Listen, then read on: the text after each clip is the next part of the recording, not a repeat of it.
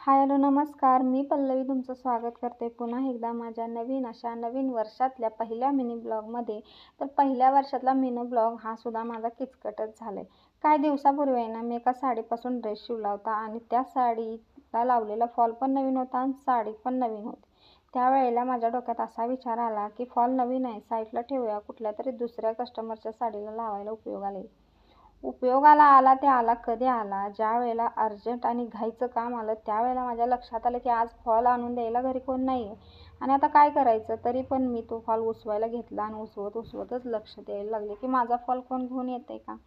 पण शेवटी या विचारातच आहे ना मी तो फॉल उसवून वेगळा केला आणि लगेचच फॉल लावायला बसले.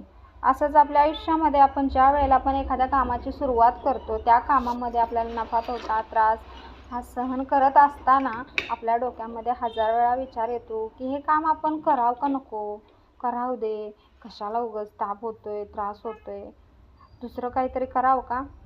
हे मला ह्या एवढीशा फॉल उसवत असतानाच्या काळामध्ये लक्षात आलं. पण काही नाही, प्रत्येकाला आयुष्यामध्ये त्रास सहन केल्याशिवाय कोणती गोष्ट मिळत नाही. प्रयत्नांती परमेश्वर असं म्हणतात, ते काही खोटं नाही. तर चला, तुम्हाला परत एकदा माझ्याकडून नवीन वर्षाच्या खूप खूप शुभेच्छा आणि हे वर्ष तुम्हाला खूप आनंदाचं जावो. सगळ्या इच्छा आकांक्षा तुमच्या ह्या वर्षामध्ये पूर्ण हो अशी माझी स्वामींचरणी प्रार्थना. पण वर्षाचा पहिला दिवस